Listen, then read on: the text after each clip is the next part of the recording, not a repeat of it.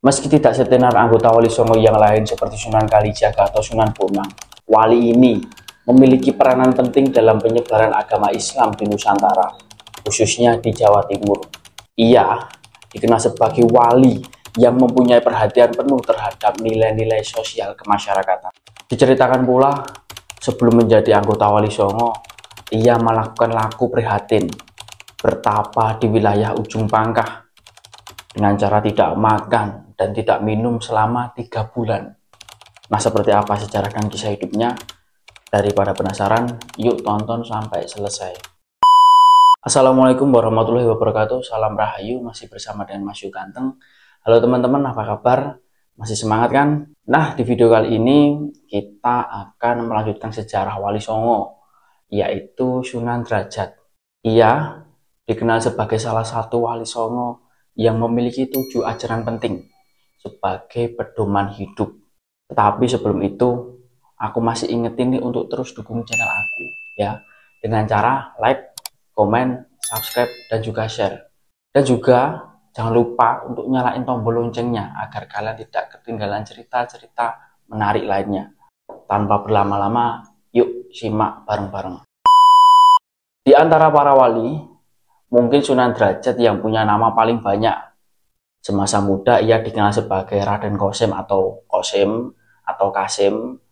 Masih banyak nama lain yang disandangnya di berbagai naskah kuno. Misalnya Sunan Mahmud, Sunan Mayang Madu, Sunan Muryopodo, Raden Imad, Maulana Hashim, Syekh Masakih, Pangeran Syarifuddin, Pangeran Kadrajat, dan Masyih Munat. Sunan Derajat yang lahir dengan nama Raden Kosim diperkirakan lahir pada tahun 1470 Masehi. Sunan Derajat adalah putra bungsu Sunan Ampel dengan Nyi Ageng Manila. Menurut Bapak Tri Saking Majapahit dan Bapak Cirebon, Raden Kosim adalah adik Nyai Patimah bergelar Gede Panyuran, kemudian Nyai Wilis alias Nyai Pengulu, Nyai Taluki bergelar Nyai Gede Maloka, dan Raden Makhdum Ibrahim yang bergelar dengan Sunan Bonang. Ini berarti garis nasab Sunan Derajat sama dengan Sunan Bonang, yakni berdarah Campa, Samarkan, dan Jawa. Karena Sunan Ampel, ayahandanya adalah putra Syekh Ibrahim Asmorokondi. Bapak Cirebon, Bapak Tri Saking Mojopahit, dan Hikayat Hasanuddin menyebut bahwa Ibrahim Asmorokondi, ayah Sunan Ampel, asalnya dari negeri Tulen. Tulen adalah nama kepulauan di utara kota pelabuhan Shevchenko di tepi timur laut Kaspia yang masuk wilayah Kazakhstan. Dengan demikian, nasab Raden Kosim adalah dari Tulen di Kazakhstan dan Samarkand di Uzbekistan, Asia Tengah, yang bermigrasi ke Campa. Bapak Tanah Jawi menyebutkan bahwa Sunan Ampel sebelum menikah dengan Nyai Ageng Manila, menikah lebih dulu dengan Nyai Karimah, putri Ki Bangkuning, yang dari pernikahan itu lahir Dewi Murtosiah, yang kemudian dinikahi oleh Sunan Giri, dan adiknya bernama Dewi Murtosimah, kemudian dinikahi oleh Raden Patah, Raja Kesultanan Demak. Itu berarti selain memiliki 4 saudara kandung, Raden Kosim memiliki 2 orang saudari dari lain ibu. Bapak Cirebon menyebutkan bahwa Sunan Ampel memiliki putra-putri lain seperti Syekh Mahmud, Syekh Saban alias Ki Rancah, kemudian ada juga Nyai Manduro, dan Nyai Piah. Keterangan tentang putra-putri Sunan Ampel dalam Babat Cirebon itu dikemukakan juga dalam Babat Gresik yang menyebutkan nama 9 orang putra Sunan Ampel. Yang pertama ada Nyai Ageng Manyuran, kemudian kedua ada Nyai Ageng Manila, ada juga Nyai Ageng Wilis, keempat ada Raden Maulana Makhdum Ibrahim yang kita sebut sebagai Sunan Bonang, kemudian ada Sunan Derajat, Ki Mamat, Syekh Ahmad, Nyai Ageng Medarum, dan Nyai Ageng Supiah. Sebagaimana Sunan Bonang, oleh karena ibunya berasal dari keluarga Bupati Tuban, Raden Kosim ini dididik dalam lingkungan keluarga ibunya yang Jawa, sehingga pengetahuannya tentang ilmu, bahasa, seni, budaya, sastra, dan agama lebih dominan bercorak Jawa. Itu sebabnya, seperti Sunan Bonang, kakaknya, Sunan Derajat juga dikenal sangat pandai mengubah berbagai jenis tembang Jawa. Sejumlah tembang Mocopat Langgam Pangkur diketahui telah digubah oleh Sunan Derajat. Sebagaimana Sunan Bonang yang awal sekali menuntut ilmu agama kepada ayahandanya sendiri, Sunan Ampel. Raden Kosim juga demikian. Ia merupakan murid ayahandanya sendiri, yaitu Sunan Ampel. Selain belajar agama kepada ayahandanya sendiri, Sunan Derajat dikisahkan pernah dikirim oleh Sunan Ampel untuk memperdalam ilmu agamanya, khususnya bidang tasawuf kepada Sunan Gunung Jati di Cirebon. Bapak Cirebon menyebut Raden Kosim dengan nama Masyeh Munat atau Pangeran Kadrajat. Dalam Bapak Cirebon itu dikisahkan bahwa Raden Kosim alias Masyeh Munat setelah berguru kepada Sunan Gunung Jati, kemudian menikah dengan putrinya, yakni bernama Dewi Sufiyah. Setelah menikahi Dewi Sufiyah, Raden Kosim tinggal di Kadrajat, sehingga disebut dengan Pangeran Kadrajat atau Pangeran Derajat.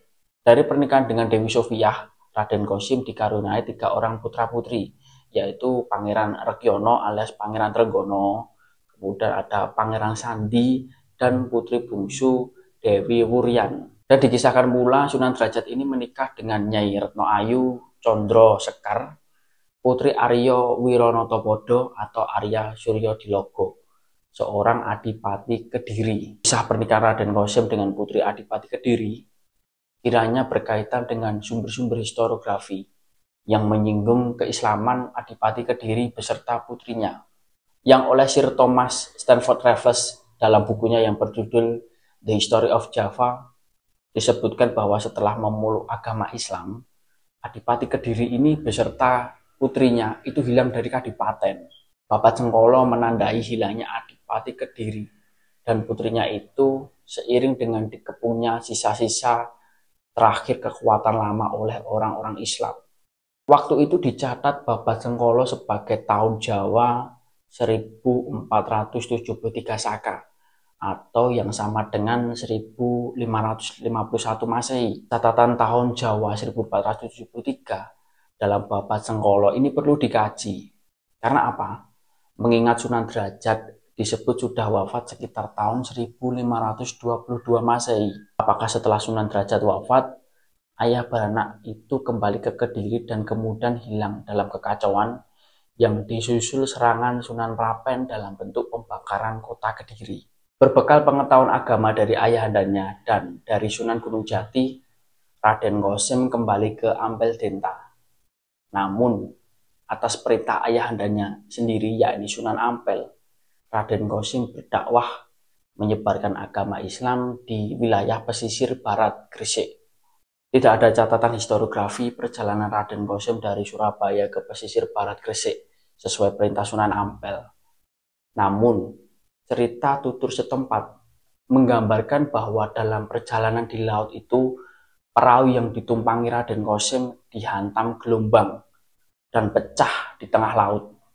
Dalam peristiwa pecahnya perahu itu, Raden Kosim diceritakan ditolong oleh ikan cucut dan ikan talang, sampai kemudian mendarat di sebuah tempat yang disebut Jelak, yaitu gundukan tanah yang tinggi dibanding tanah sekitar, yang masuk ke dalam desa Banjarwati. Datangnya Raden Kosim disambut baik oleh sesepuh kampung yang dikenal dengan sebutan Kiai Mayang Madu dan Mbah Banjar. Raden Kosim dikisahkan tinggal di Jelak dan menikah dengan Nyai Kemuning, putri Ki Mayang Madu. Di Jelak itulah Raden Kosim mendirikan surau dan kemudian mengaji penduduk. Di dalam Baban Demak disebutkan bahwa setelah menikah dengan Dewi Sufiyah, putri Sunan Gunung Jati, Raden Kosim ditempatkan sebagai imam pelindung di Lawang dan Sedayu, Pedukuhan Derajat. Setelah itu, Raden Kosim melakukan riadoh ruhani dengan uzlah di ujung pangkah, tidak makan dan tidak tidur selama 3 bulan. Nah, selama 3 bulan, Sunan Derajat dikenal sebagai penyebar Islam yang berjiwa sosial tinggi dan sangat memperhatikan nasib kaum fakir miskin. Setelah memberi perhatian penuh, baru Sunan Derajat memberikan pemahaman tentang ajaran Islam. Nah, dalam hal metode dakwah, Sunan Derajat ini ajarannya lebih menekankan pada empati dan etos kerja keras, berupa sikap kedermawanan, pengentasan kemiskinan, usaha menciptakan kemakmuran, solidaritas sosial, dan gotong royong. Sunan Derajat yang menjadi anggota Wali Songo dikisahkan mengajarkan tata cara membangun rumah. Kemudian ada juga mengajarkan membuat alat-alat yang digunakan orang untuk memikul orang seperti tandu dan joli. Secara umum, ajaran Sunan Derajat dalam menyebarkan dakwah Islam dikenal masyarakat sebagai pepali pitu atau tujuh dasar ajaran yang mencakup 7 falsafah yang dijadikan pijakan dalam kehidupan. Nah, antara lain apa? Pertama adalah membangun resep Yasing Sasomo, artinya adalah selalu membuat senang hati orang lain. Kedua ada jroning suka kudu eling lan waspada, artinya di dalam suasana riang kita harus tetap ingat dan waspada. Ketiga, laksmitaning subroto tan nyipta marang pringgabayaning lampah. Dalam perjalanan untuk mencapai cita-cita luhur, kita tidak peduli dengan segala bentuk rintangan. Selanjutnya ada juga memperhardaning poncodriya. Artinya, kita harus selalu menekankan gelora nafsu-nafsu dalam diri kita. Ada lagi heneng, hening, henung. Dalam keadaan diam, kita akan memperoleh keheningan. Dan dalam keadaan hening itulah kita akan mencapai cita-cita luhur. Kemudian ada mulya guna panca waktu. Nah, artinya apa? Suatu kebahagiaan lahir batin hanya bisa kita capai dengan sholat 5 waktu. Yang terakhir ini adalah masterpiece-nya falsafah pitu. Menehono teken marang wong kang wuta, menehono mangan marang wong kang luwe, menehono busana marang wong kang wuda, menehono ngiyup marang wong kang kodanan. Artinya apa? Berilah tongkat pada orang buta, berilah makan pada orang yang lapar, berilah pakaian pada orang yang telanjang, berilah tempat berteduh pada orang yang kehujanan, berilah ilmu agar orang menjadi pandai, sejahterakanlah kehidupan masyarakat yang miskin, ajarilah kesusilaan pada orang yang tidak punya malu, serta beri perlindungan kepada orang-orang yang menderita. Dengan ajarannya yang sederhana dan bisa dijalani oleh masyarakat, maka seiring berjalannya waktu, semakin lama pengikut Sunan Derajat semakin banyak. Nah, ada salah satu faktor yang menyebabkan Sunan Derajat dekat dengan masyarakat.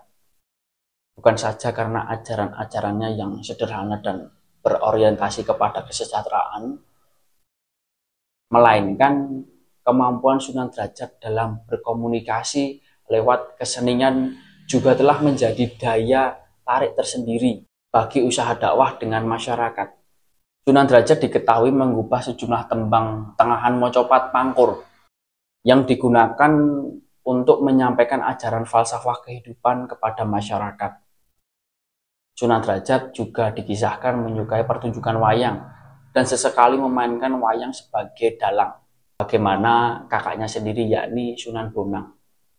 Sebagian cerita tutur yang berkembang di tengah masyarakat dikisahkan bahwa setelah tinggal lama di Derajat, Sunan Derajat memindahkan tempat tinggalnya ke arah selatan yang tanahnya lebih tinggi, yang dikenal sebagai Dalem Dhuwur. Di Dalem Dhuwur inilah Sunan Derajat tinggal di usia tua hingga wafatnya.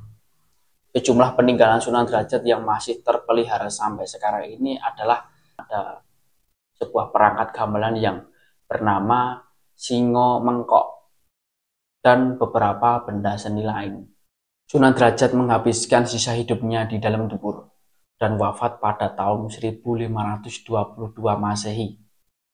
Ia dimakamkan di Desa Derajat, Kecamatan Paciran, Kabupaten Lamongan, seperti makam Wali Songo yang lain. Makam Sunan Derajat berada di dalam sebuah bangunan bertungkup yang dindingnya dihias ukiran kayu yang indah. Nah, makam Sunan Derajat ini terletak di selatan Jalan Raya Dendles yang merentang antara Gresik dengan Tuban, tak jauh dari kota Kecamatan Paciran, dari kota Gresik maupun Lamongan.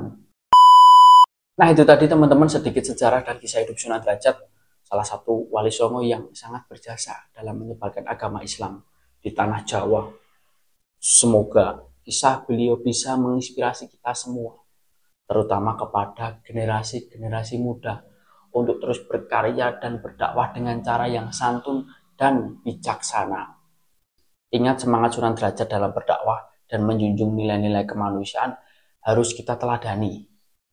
Jangan pernah berhenti belajar dan berkarya, karena di tangan generasi muda inilah masa depan bangsa berada. Sebelum saya akhiri video ini, saya mengingatkan kembali untuk jangan lupa like, komen, dan subscribe channel ini. Ya, please. Agar saya semakin semangat membuat konten-konten yang bermanfaat. Jika ada kesalahan dalam penyampaian, tutur kata yang kurang berkenan, ataupun teman-teman yang memiliki referensi lebih lanjut mengenai Sunan Derajat bisa coret-coret di kolom komentar. Saya mohon maaf sebesar-besarnya. Wassalamualaikum warahmatullahi wabarakatuh. Sampai jumpa di video selanjutnya.